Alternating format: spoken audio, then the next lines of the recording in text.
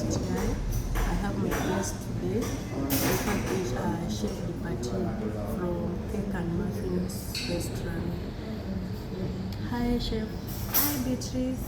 Okay. For my question, examine of a range of key current trends and innovation in culinary art, including the development in sustainability, branding and packaging in your report. So we'll start with branding, and I would say that I think it's evident that you can see more brands are using Kenyan prints. Okay, I use an example that is not cakes and muffins, but you can see the Java cup has a Kenyan print, local names, Swahili names for food, and also Kenyan stories when it comes to the ingredients so that the dishes can stand out. For sustainability, due to the increased production cost, all the chefs everywhere are working overtime to ensure we minimize on waste. And also now for the packaging, since the plastic ban, everybody now has shifted to craft boxes and also the glass jars for their packaging. Yes. How do you ensure consistency in texture and taste of each dish served?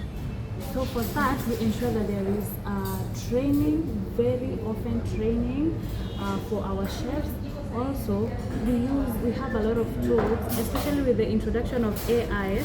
It really helps us in, there are tools there that we use to be able to help us to measure in terms of all of our dishes.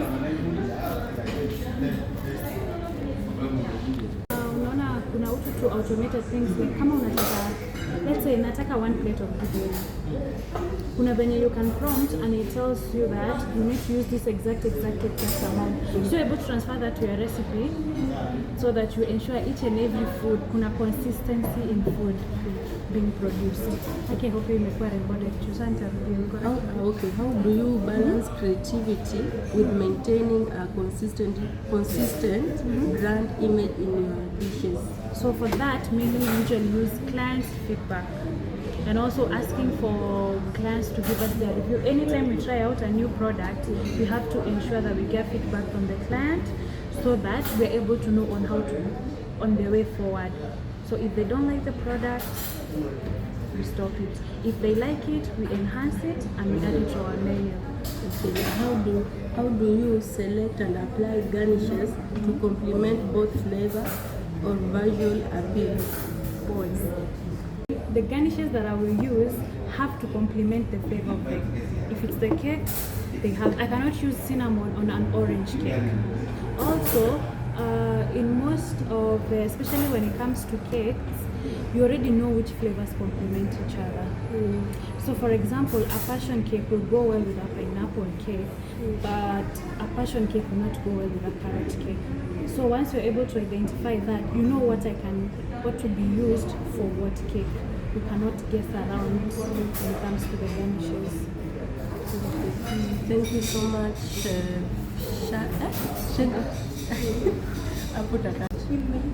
Sheila, for having me in your restaurant. Good afternoon. My name is Ligare Mare, a student at IHTI. I'm pursuing culinary arts, and I'd like to introduce my pastry chef at Cake and Muffins. Okay. So hi, my name is Sheila Mbure. I'm a pastry chef at Cake and Muffins in a part-time internship. Okay, I'm really pleased to conduct this interview. So I have some few questions. Okay. Okay. I kindly ask you to discuss how you are going to improve your production based on the findings that we've conducted. Okay, for that, number one is always engage with your clientele so that they can always give you feedback on what's on the best way to go forward and also what they prefer. So that's number one. Number two is I'm going to continue fusing traditional and modern elements. And also number three, using AI to help me in improving my analytics to adjust my pricing and marketing efforts accordingly. Thank you. What are some of your favorite flavor combinations that you've been experimenting with? I think number one I'd say is cardamom and chocolate, especially for pastries such as the croissants. I've found that those flavors really complement each other quite well. And also, which other one? And it is such a good flavor. And most people tend to run away from lime, but it is not as harsh as people expect it to be. So it's such a great addition to your cake, and also some pastries such as the muffins. Alright, thank you. Lastly but not least, how do you stay up to date with the latest trends and innovations in the pastry industry? So number one, of course, is exposing myself to as many chefs, whether on social media or in Kenya, and getting familiar with any new coming trend of a pastry, of a cake, of a dish. So that is number one. And also ensuring that I do a lot of training, especially due right now you're able to learn online. So I make use of online classes so that I'm able to stay up to any trend. And of course, using AI to be able to guide me, to educate me on any upcoming trend so that I am not left behind. And what are some of the biggest challenges you faced in adapting to new trends or techniques, and how have you overcome them? So number one, I would say is, okay, some of the tools maybe that may be used to achieve certain trends, they are not available locally. So that is challenge number one. And also challenge number two is maybe not easy access to high-tech chefs or trainees to teach on any new or upcoming trends. But how I'm able to overcome it is, I'm a big supporter of technology. So whatever technology can really teach me, I'll be able to ensure I learn it, whether it's online, whether it's using AI, whether it's YouTube, so that I'm able to keep up. Thank you so much, Chef, for your time. I really appreciate it. Okay, you're very much welcome. Question for you, Chef. Have you noticed any specific trends in dietary preferences?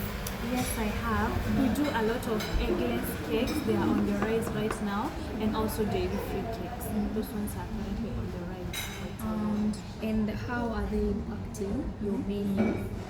They're impacting our menu in the sense that now we have really had to come up with great recipes to be able to include anybody with any dietary restrictions. Especially most schools don't accept cakes with nuts, or some schools also have a specific, they usually request that all cakes are gluten-free. So we have been able to expand our menu to be able to accommodate all these people. Can I get an example of like a gluten-free cake that you make, a vegan, and a cake that you consider like the dairy-free people? How would you like me to go about showing you that? Cake maybe that is gluten-free, and do people like it?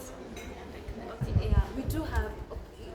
What I can say is most of the recipes, especially for things like gluten-free, they are very tricky because sometimes once you come up with those recipes, sometimes you find that they are not as delicious as in quotes as the normal cakes. Because what we usually do, let's say for gluten-free cakes, we don't use the normal flour. So we use sorghum,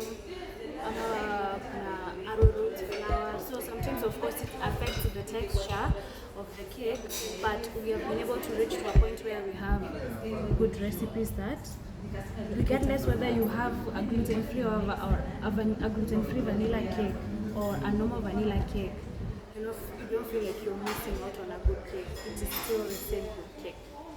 And for like the lactose-free people, like how do you go about their cakes? So most of the thing we ensure that the recipe, of course, will not have any milk or any milk product. And also when it comes to the frosting, the kind of cream that we use, it is also lactose free. Yes. Thank you for your time. You're welcome. Another question. Are there any specific types of pastries, desserts you believe are experiencing a rise in popularity? Yes, of course.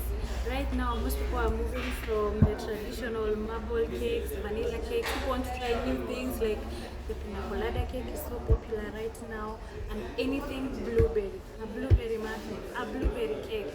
It's so on the rise at the moment. And also when it comes to dishes, a lot of people love curries, whether it's beef curry, chicken curry, so those ones are on the rise. Oh, okay.